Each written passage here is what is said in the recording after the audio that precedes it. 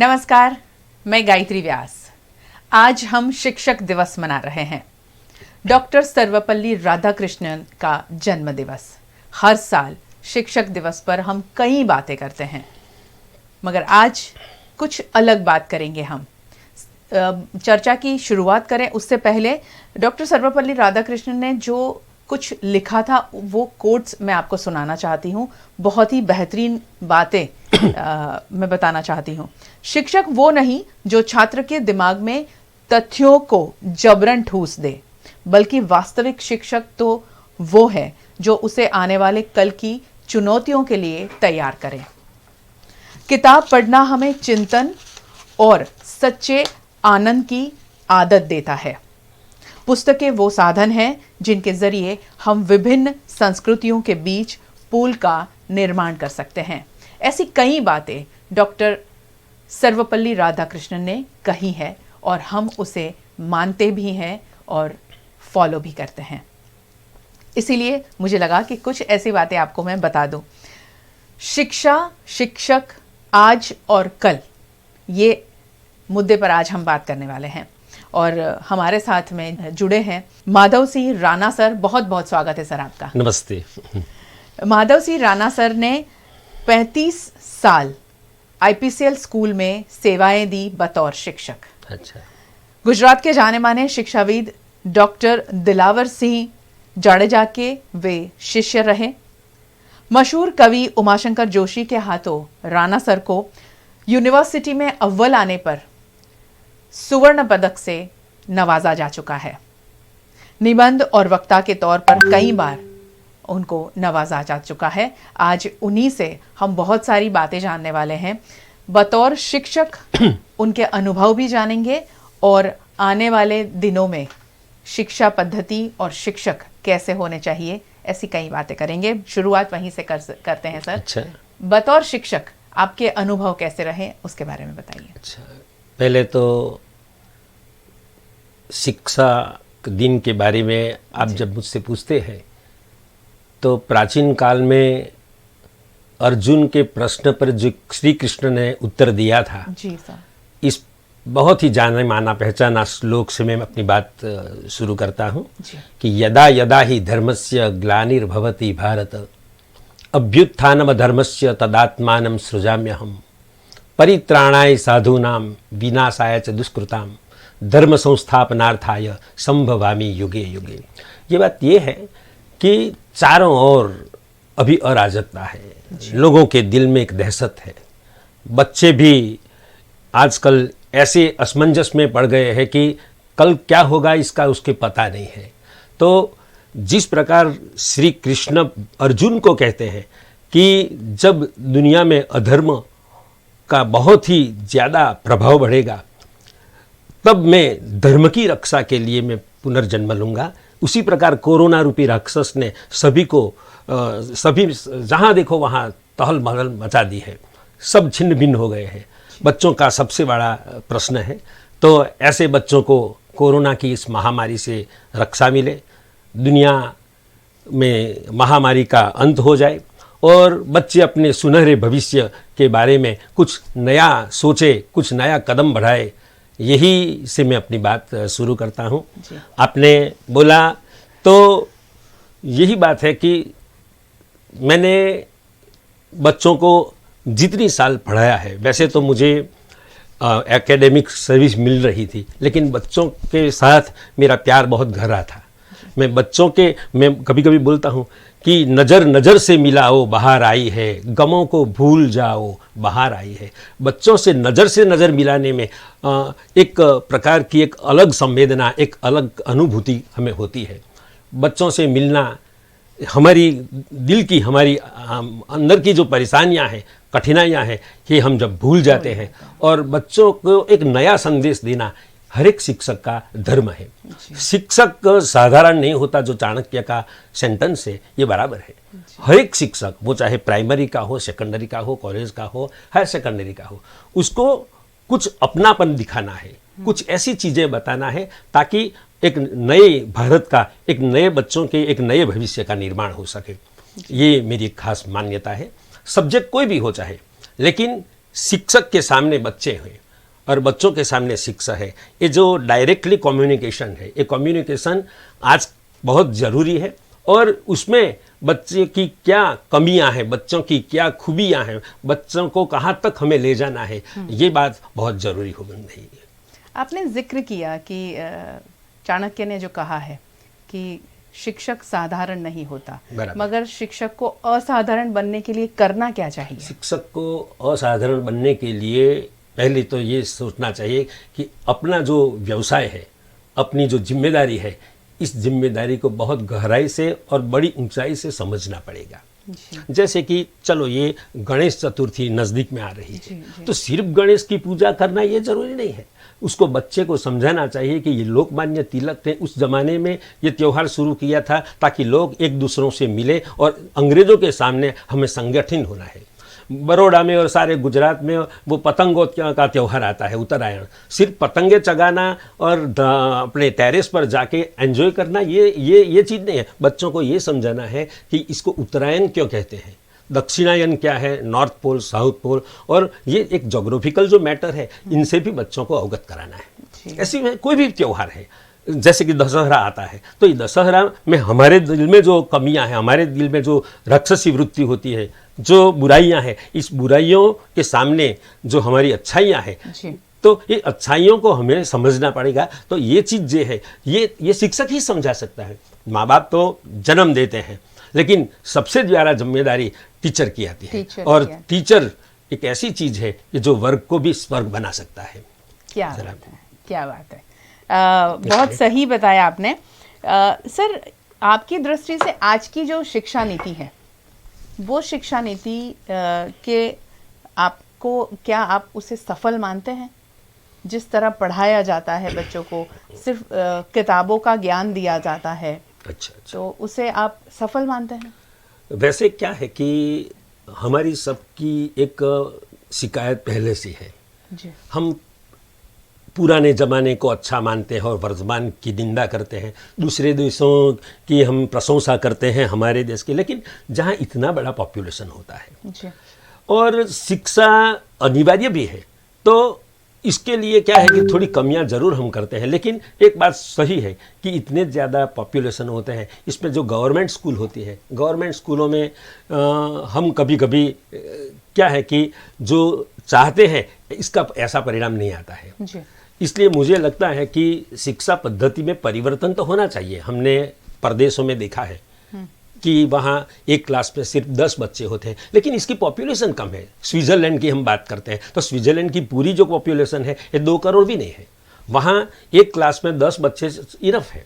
हम न्यूजीलैंड की बात करते हैं तो वहाँ 3 करोड़ की पॉपुलेशन है, और 3 करोड़ में ये, लेकिन जहाँ 130 करोड़ की जनसंख्या होती है, वहाँ क्या है कि जो परिस्थिति है, परिस्थिति को हमें संभालना है। हाँ, शिक्षक को अपनी जिम्मेदारी कभी भूलनी नहीं चाहिए। इसको समझना चाहिए कि मेरे सामने ये बच्चे हैं और बच्चे को मुझे इसी जगह पर ले जाना है कि जहाँ वो अपना सपना साकार कर सके।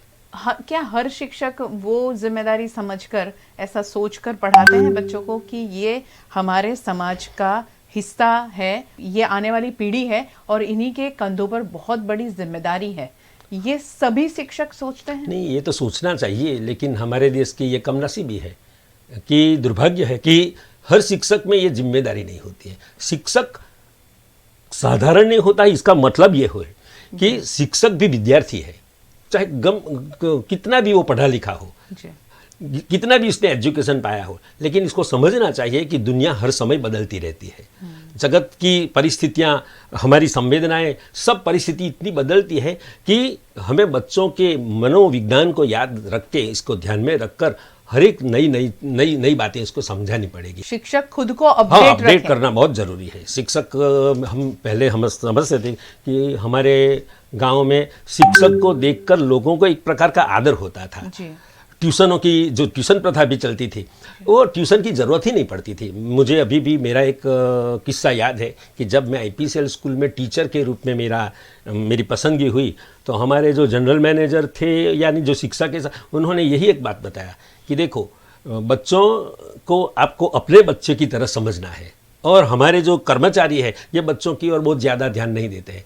आपको पूरी जिम्मेदारी से आपको बच्चों को पढ़ाना है, एक रिस्पॉन्सिबिलिटी के साथ आप लोगों को हम नियुक्त करते हैं और हम ये जो हमारी जिम्मेदारी थी वो समझते थे और इसी कारण आज भी ये बच्चे जहाँ भी है वो हमें याद करते हैं। शिक्षक की सबसे बड़ी चीज़, मैं एक बार इंग्लैंड गया था तो इंग्लैंड में एक एरिया, वो गुणवंत शाह ने इसका लिखा भी है कि एक एरिया में साइलेंस जोन लिखा था। फिर मैंने सोचा कि क्या यहाँ कोई हॉस्पिटल है, तो फिर पूछा तो कि ना एक कलाकार भी रहता है और एक शिक्षक भी रहता है, शिक्षक को डिस्टर्ब न हो, कलाकार को डिस्टर्ब न हो, इसलिए वहाँ साइलेंस जोन का बोर्ड लगाया गया था। तो ये एक अवेयरनेस है, ये एक वहाँ की एक ऊंचाई है।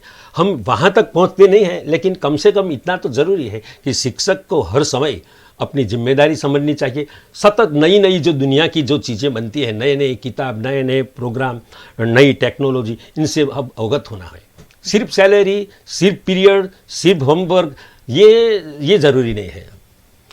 मुझे तो कभी पता, मुझे तो बच्चों का बचपन ये शिक्षा ने छीन लिया है। घोंसला, एक पंक्ति है शायर की कि घोंसला बनाने में हम इतने व्यस्त हो गए कि उड़ने के लिए पंख है ये भी भूल गए। चमन में फसलें आई, बहार आई और गुजर भी गई, मैं फिक्र में ही रहा घोंसला बनाने में। मुझे पता है कि ये जो 1.5 साल का समय पूरा हुआ, ये 1.5 साल में बच्चे स्कूल नहीं गए, टीचर का और स्टूडेंट का जो कम्युनिकेशन होना चाहिए था वो नहीं हुआ। इससे क्या हुआ कि बच्चों में एक नई चीज़ें आई भी और एक जनरेशन गैप भी हो गया। तो क्या है कि बच्चे जो है वो आपस में मिले, नई नई चीज़ें टीचर से सीखे, ये बहुत ही ज़रूरी है जी। इसलिए शिक्षक अपनी जिम्मेदारी निभाए, वो बहुत ज़्यादा ज़रूरी है। ये बहुत ज़रूरी है, राइट। हमारे पास में बच्चा आया है, उसका मतलब ये है कि हिंदुस्तान की बागडोर हमारे हाथ में आई है, हमारे पास में आई है, वो समझना ज़रूरी है। मातृभाषा की बात करें हम, मातृभाषा में पढ़ाई लिखाई अभी बिल्कुल सेकेंडरी पे आ गई है। राइट। तो उसको आप कैसे देखते हैं? मैडम, बहुत अच्छा प्रश्न ये आपने पूछा। मेरे इलाके में एक स्कूल है जहाँ एक ज़माना था 11 क्लास ऐसे थे कि जो गुजराती मीडियम के थे, क्योंकि यहाँ गुजराती मातृभाषा, और सिर्फ एक क्लास इंग्लिश मीडियम में है। इस थोड़े सालों में अभी ऐसा परिवर्तन आया है कि उन्होंने गुजराती मीडियम ही बंद कर दिया है। इतने सब बस इंग्लिश मीडियम। कभी कभी तो ऐसा भी होता है कि बच्चे घर में, अपने परिवार में, अपने माहौल में मातृभाषा बोलते हैं और सीखना इंग्लिश में है। टीचर को भी इसके लिए बिल्कुल क्वालिफाइड करना पड़ता है। मुझे एक पंक्ति याद आती है कि यूं तो आगे बढ़ के तूने सीख ली है अंग्रेजी जुबान, लेकिन डर है कि कहीं गुंगा न हो जाए हिंदुस्तान। हिंदुस्तान का हिंदुस्तानपन, अपनापन, इसमें हम देखते हैं कि जापान में है तो ये लोग जापानी भाषा का बहुत ही कदर करते हैं। बिल्कुल। तो इसी प्रकार हम फ्रांस में गए थे एक बार, तो फ्रांस में फ्रेंच भाषा कंपलसरी होती है। उसी प्रकार मैं तो गुजरात की भी बात करता हूँ कि गुजरात में गुजराती तो होनी ही चाहिए। कर्नाटक में आप, अगर मेरा लड़का एक उधर है तो बेंगलोर में हमारे बच्चों को कन्नड़ा सिखाई जाती है। तो मातृभाषा तो बहुत ही जरूरी है। एक गुजराती की पंक्ति है कि तू मने पालवनु इंग्लिश पूछ मां, पालव पल्ला जिसको बोलते, तू मने पालवनु इंग्लिश पूछ मां, અહીં તો આંસુ टिश्यू लुछाई છે। टिश्यू पेपर से जहाँ बच्चों को पालो, कहाँ टिश्यू पेपर और कहाँ माँ की ममता का प्रतीक वो पालो। तो साड़ी नहीं रही, साड़ी नहीं है तो राइट। पर लेकिन वहाँ से क्या है कि मातृभाषा का जो संबंध है, जो मैं क्या बोलता है कि बेबी फूड, मदर जो अमूल बनाता है, बेबी फूड चाहे कितना भी अच्छा हो, पौष्टिक हो, लेकिन वो माता की दूध का स्थान नहीं ले सकता है। बच्चे जिस भाषा में रोता है, बच्चा जिस भाषा में हंसता है, बच्चे को जिस भाषा में सपने आते हैं, वो मातृभाषा तो बच्चों के लिए जरूरी है। इसलिए मातृभाषा, हाँ भले इंग्लिश इंटरनेशनल लैंग्वेज है, इंग्लिश से सब कुछ काम चलता है, लेकिन मातृभाषा का जो संबंध टूट रहा है, ये बच्चों के लिए और देश के लिए बहुत अच्छी चीज़ नहीं है मेरे हिसाब से। एक अच्छा नागरिक बनाने के लिए, जिम्मेदार नागरिक बनाने के लिए शिक्षक ज़्यादा जिम्मेदार है या माता पिता? अच्छा, वेरी नाइस। वैसे तो ये कैसा प्रश्न है कि इसमें जिम्मेदारी दोनों की आती है जी। जैसे एक सिक्के की दो पहलू होती है, इसी प्रकार माँ बाप भी जिम्मेदार है और शिक्षक भी जिम्मेदार होते हैं जी। लेकिन मेरा ऐसा ख्याल है कि चलो अभी ये कोरोना का समय चल रहा है, तो कोरोना के समय में कितने सालों से विद्यार्थी ने अपने टीचर नहीं देखे, अपना क्लासरूम नहीं देखा, अपनी स्कूल नहीं देखी। वो 24 घंटे अपने परिवार से, माता पिता के सामने रहते हैं। तो उसी वक्त माता पिता की जिम्मेदारी बनती है। ये सब ऑनलाइन टीचिंग हुआ, इसमें भी देखो कि बस बच्चा, उसके सामने मोबाइल, और यही शिक्षा का साधन है। तो यही मेरी समझ में ये है कि टीचर का रोल तो बहुत ही ज़्यादा होना पड़ेगा, क्योंकि माँ बाप हमेशा ऐसा बोलते हैं कि शिक्षक पर ही क्योंकि ज़्यादातर जिम्मेदारी शिक्षक की होती है, इसलिए शिक्षक को अपनी जिम्मेदारी पूर्ण करने के बाद में माता पिता को भी अपनी जिम्मेदारी समझनी चाहिए। क्योंकि शिक्षक के पास 40 स्टूडेंट्स है, 50 स्टूडेंट है, कभी कभी तो 70 स्टूडेंट होते हैं, जैसे माँ बाप के पास 3-4 या 1-2 बच्चे होते हैं। इसलिए माँ बाप को तो अवेयरनेस ज़रूरी है। अपना घर की दूसरी जिम्मेदारियां छोड़कर माँ बाप को बच्चे में दिलचस्पी लेनी चाहिए, तभी इसका भविष्य अच्छा बनेगा और हमारे देश का भविष्य भी अच्छा बनेगा। मत कर यकीन अपने हाथों की लकीरों पर, नसीब उनके भी होते हैं जिनके हाथ नहीं होते। सिर्फ हमारे बच्चों को अंधश्रद्धालु नहीं बनाना चाहिए। कभी कभी तो क्या करते हैं कि ये लोग परीक्षा के समय में अपनी कुल देवी है कि ये सब, तो ये बराबर मेहनत, धर्म जरूरी है, पर इसके साथ परिश्रम तो बहुत ही जरूरी है, और माँ बाप को ये भी समझना पड़ेगा। यानी अंधा धर्म ना फॉलो करने के लिए कहा जाए, वो बात बहुत ज़रूरी है। पहले ऐसा था कि जब शिक्षक के पास में बच्चे को लेके माँ बाप जाते थे और कहते थे कि अगर इसे नहीं आता है तो एक चांटा लगाना, राइट, इसे पनिशमेंट देना, इसको सजा देना। मगर आज हालात बिल्कुल विरुद्ध हो गए हैं। अभी ऐसा कहा जाता है कि उसे पनिशमेंट मत देना, और मैं तो यहाँ तक कहूँगी कि कॉर्पोरल पनिशमेंट यानी शारीरिक और मानसिक जो उसे सजा दी जाती थी वो बिल्कुल बंद हो गई है। हालांकि वो ठीक है, मगर उसका जो डिसिप्लिन पे, उसके व्यक्तिगत डिसिप्लिन पे जो असर होता है वो कैसा होता है? हाँ, बिल्कुल आपने सही बात बताया। मुझे पता है कि हम जब छोटे थे जी, और जब टीचर हमारे गांव में पढ़ाते थे, तो कोई नटखट बच्चा है, कोई ऐसा मिस्चीवियस बच्चा है, और कोई माँ बाप का नहीं मानते, तो वो माँ बाप अपनी टीचिंग जो टीचर है इसकी बात बताते कि मैं टीचर को कह दूंगी, तो सब काम अच्छी तरह से बच्चा काम करने लगता है। इसमें क्या होता है कि एक बात है कि बच्चे, शिक्षक की एक आंख में प्यार होना चाहिए, एक आंख में गुस्सा भी होना चाहिए। बिल्कुल पनिशमेंट हम नहीं करेंगे, जिसको हम बोलते हैं कॉर्पोरल पनिशमेंट, तो ये तो एक कायदे की बात है। लेकिन पनिशमेंट इतना बिन जरूरी भी नहीं था, जरूरी भी था, क्योंकि पनिशमेंट अगर नहीं होगा तो आजकल के बच्चे इतने उद्धत हो जाएंगे, इतने बेजवाबदार, गैर जिम्मेदार हो जाएंगे कि इसलिए छोटे छोटे बच्चे भी अपनी अपराध के भाव में आते हैं। कभी वो होमवर्क नहीं करते हैं, कभी वो रीडिंग नहीं करते थे। हमको तो पूरा पता है कि जब हम स्कूल में थे तो उस वक्त पनिशमेंट होता था, तो पनिशमेंट के कारण हर बच्चा पढ़ाई में दिलचस्पी लगाता था। अब तो क्या हुआ है कि इस डेमोक्रेटिक कंट्री में अलग अलग प्रकार के रूल्स बनने लगे, और टीचर को डर लगता है कि मैं पनिशमेंट करूं तो मेरी नौकरी का खतरा हो जाएगा, अथवा तो मुझे ट्रस्टी है या प्रिंसिपल है उसकी ओर से मुझे कोई सजा मिलेगी। इस हिसाब से वो पनिशमेंट नहीं करता है। लेकिन पनिशमेंट नहीं करने से ठीक है, बिल्कुल क्या है कि बच्चा का जो भविष्य है वो बच्चे कभी कभी वो गलत रास्ते पर चले जाते हैं। टीचर की धाक तो होनी चाहिए।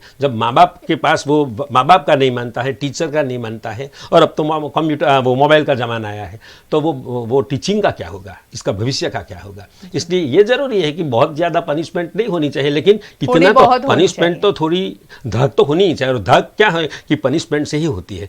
पनिशमेंट में ऐसा नहीं कि शिक्षक, गुजराती में कहावत है कि जेने जोता शिक्षण मळे ये शिक्षक, जिसको देखते ही शिक्षा मिलती है वो शिक्षक। तो शिक्षक में एक ऐसा भाव होना चाहिए। मुझे आपने वो बताया दिलावर सिंह जाडेजा, वो यूनिवर्सिटी के चांसलर, वाइस चांसलर बने, लेकिन हमारी कॉलेज के प्रिंसिपल थे, और हम तो आर्ट्स कॉलेज में पढ़ते थे विद्यानगर। तो कॉमर्स और आर्ट्स के विद्यार्थी उस जमाने में 1972 की मैं बात करता हूँ, तो दूर ऐसे नटखट होते थे, चाय पीते थे कुछ, लेकिन दूर से देखते कि ये जाडेजा साहब दूर से आ रहे हैं, वो पैदल ही आते, तो आते ही सब बच्चे जैसे बिल्ली को देखकर चूहे घुस जाते हैं, उसी प्रकार एक भी बच्चा देखने को नहीं मिलता है। कभी भी वो प्रिंसिपल कभी किसको पनिशमेंट करते ही नहीं थे, दो शब्द कहते भी नहीं थे, लेकिन इसका एक इम्प्रेशन ही ऐसी थे, प्रभाव इतना था, प्रभाव इतना कि बच्चों को ऐसा लगता था, स्टूडेंट्स को ऐसा लगता था कि मैं ऐसा चाय पी रहा हूँ, सबके साथ मस्ती कर रहा हूँ, वो सर देख जाएंगे तो उसको हमारे बारे में हमारी इंप्रेशन गलत पड़ेगी। तो ये एक ऐसा टीचर को इसी मुकाम पर जाना है, मेरा ऐसा मानना है, और इसमें इसकी जिम्मेदारी और बढ़ती है। जी, राणा सर बतौर शिक्षक, मगर बतौर विद्यार्थी छात्र कैसे थे? आपका अनुभव कैसा है शिक्षकों के साथ? आपका जब आप स्टूडेंट थे वो कैसा दौर था? हमारे जो एक टीचर थे, मुझे अभी भी उसका नाम याद है, फ़कीर मोहम्मद मंसूरी साहब, गुजराती के टीचर थे, लेकिन वो कभी कभी हमको एक अब्दुल कलाम का सेंटेंस बोलते थे कि if you salute your duty no need to salute anybody, but if you pollute your duty you have to salute everybody. जो आप अपनी जिम्मेदारी अच्छाई से करोगे, ईमानदारी से करोगे, तो किसी को सैल्यूट करने की ज़रूरत नहीं पड़ेगी। लेकिन आपके काम में ही कोई अच्छाई नहीं होगी, गलतियाँ होगी, तो आपको किसी भी लोगों को सैल्यूट करनी पड़ेगी, इसकी खुशामद करनी पड़ेगी। और मेरे आपने टीचरों के बारे में कहा, तो उस वक्त तो मैं विद्यार्थी के रूप में सामान्य था, लेकिन मेरी सबसे कि कॉलेज काल में मेरे दोस्त बहुत अच्छे मिले। मैं तो यही बोलता हूँ कि विद्यार्थियों को दोस्त अच्छे होने चाहिए, माँ बाप को ये समझना चाहिए कि इसके कौन से दोस्त है, कैसे दोस्त है। दोस्ती पर बहुत बड़ी गहरी असर पड़ती है। अच्छे दोस्तों से बच्चों में एक पॉजिटिविटी आती है, और जो दोस्त है दोस्त, क्योंकि आजकल कोई भरोसा नहीं होता, और दोस्त जो उसके अच्छे नहीं होते तो इसमें एक नेगेटिव और फिर डिस्ट्रक्टिव विचार भी आते हैं। इसलिए अच्छे दोस्त होने चाहिए, अच्छे टीचर होने चाहिए। मेरे कॉलेज काल में भी इतने अच्छे टीचर थे, और मैं समझता हूँ कि हर टीचर अपनी ऊंचाइयाँ सिद्ध करे, क्योंकि ये ज़रूरी है देश के लिए। डॉक्टर सर्वपल्ली राधाकृष्णन के जन्म दिवस पर शिक्षक दिवस मनाया जाता है, तो आप मानते हैं कि छात्र दिवस भी मनाना चाहिए? हाँ, हमारे देश में मैडम ऐसा है कि ऐसे दिन बहुत बढ़ गए हैं। Teachers' Day, Mother's Day, Father's Day. मैं तो ऐसा बोलता हूँ कि ये टीचर्स डे वास्तव में टीचर्स डे नहीं है, वास्तव में यही छात्र डे है। इसको हम दूसरे पहलू से देखते हैं, क्योंकि आखिर टीचर तो टीचर के सामने छात्र होते हैं और छात्र के सामने टीचर होता है। This is the communication. और शिक्षक भी कभी छात्र, हाँ, और शिक्षक भी छात्र ही है। शिक्षक को छात्र ही, विद्यार्थी ही रहना पड़ेगा, तभी वो अच्छा शिक्षक बन सकेगा। क्योंकि क्या है कि दुनिया ऐसी बदल रही है, टेक्नोलॉजी और साइंस का इतना डेवलपमेंट हो रहा है कि टीचर अगर अपनी पुरानी डिग्री को अथवा पुराने ज्ञान को याद करके बस बैठा रहेगा तो नहीं चलेगा। हर दिन दुनिया बदल रही है, हर क्षण बदल रही है, और इस बदलते हुए ज़माने में शिक्षक को भी बदलना पड़ेगा। और याद रखना पड़ेगा कि उसके सामने स्टूडेंट है, लेकिन वो स्टूडेंट को क्या नया देंगे, कि अपने पास होता है वो। तो ज्योग्राफी का टीचर है तो उसको दुनिया के बारे में पता होना चाहिए, हिस्ट्री का टीचर है तो उसके बारे में, साइंस और मैथ्स सभी के टीचर हैं, वो टीचर्स को पूरा कैपेबल बनना पड़ेगा, पूरा ज्ञानी बनना पड़ेगा, तभी ये संभव हो सकेगा। जी बिल्कुल, जब आपके पास में है तभी आप बांट सकोगे, तो आपको लगातार वो ज्ञान अर्जित करना पड़ेगा, तब जाके आप दे पाओगे। आज की शिक्षा पद्धति के सामने भविष्य की शिक्षा पद्धति की अगर हम बात करें तो कहाँ देखते हैं आप, कैसी होनी चाहिए? मैं तो यहाँ तक बोलता हूँ कि मेरा मानना है कि शिक्षा के बारे में सबसे ज़्यादा ध्यान गवर्नमेंट को देना पड़ेगा। हमारी सिटी में जो प्राइवेट स्कूलें हैं, इसमें तो हम देखते हैं कि फैसिलिटी हम देखते हैं, लेकिन कॉरपोरेशन की स्कूल, ग्राम पंचायत की स्कूल, गाँवों की स्कूल, इंटीरियर जो एरिया है वहाँ की स्कूलें आप देखें तो बहुत चिंताजनक स्थिति है। एक चिंतक ने बहुत अच्छा किया है कि जिस देश में मंदिर जो है उसके शिखर सोने से सजाए जाते हैं, और स्कूल का जो वो क्या बोलते हैं टेरेस जो होता है, छत, वो पानी से गिरती है, वो देश कभी महान नहीं बन सकता। हमारी कमनसीबी है कि हम जितना मंदिरों में ध्यान देते हैं इतना स्कूलों में ध्यान नहीं देते हैं, और हम स्कूलों में अच्छा ध्यान नहीं, कभी कभी तो हम देखते हैं कि पेड़ के नीचे बच्चे पढ़ते हैं, कभी कभी एक साथ 3-4 जो स्टैंडर्ड गाँव में होता है तो एक ही टीचर पढ़ाते हैं। इन बच्चों का क्या होगा? हम नए नए सपने देखते हैं, नई नई बातें करते हैं, लेकिन जब तक टीचर ही अच्छा नहीं आएगा पूरी जिस प्रकार हम अपनी सेफ्टी और राष्ट्र के लिए जितना हम पैसे खर्चते हैं, रोड रास्ते के लिए पैसे खर्चते हैं, किसानों की भलाई के लिए भी कितने पैसे अब तो खर्चे जाते हैं, इतना शिक्षा के लिए खर्च करना चाहिए। सरकार को देखना भी चाहिए कि कहाँ कहाँ कैसी स्कूलें हैं, क्योंकि बच्चे ही राष्ट्र का भविष्य है। तो ये बहुत ज़रूरी है। जी। आज शिक्षक दिवस पर आखिर में शिक्षकों को, छात्रों को और माता पिताओं को, अभिभावकों को क्या संदेश देंगे सर? मेरा ऐसा मानना है कि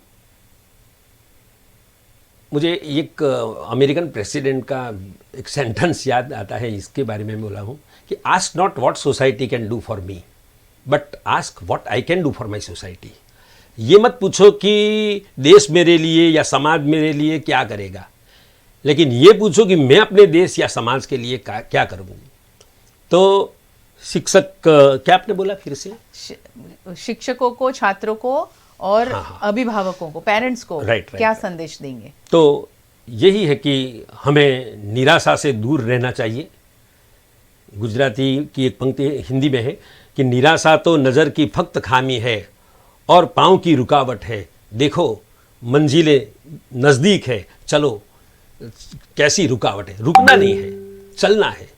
निराशावादी नहीं बनना है, आशावादी बनना है। भगवान ने बहुत कुछ हमको दिया है, इसका हमें पॉजिटिवली यूज़ करना चाहिए। असंभव को भी संभव करना चाहिए। हम हमारे मिनिस्टरों को भी देखते हैं कि जो प्राइम मिनिस्टर है वो शून्य में से वहाँ तक चले गए। इसी प्रकार हम देखते हैं कि छोटे छोटे बच्चे भी कभी कभी ओलंपिक में जाते हैं। तो हमें निराशा दूर करनी चाहिए। हमें हमारे दिल में भी एक नई आशा का संचार होना चाहिए। Living together, loving together and laughing together.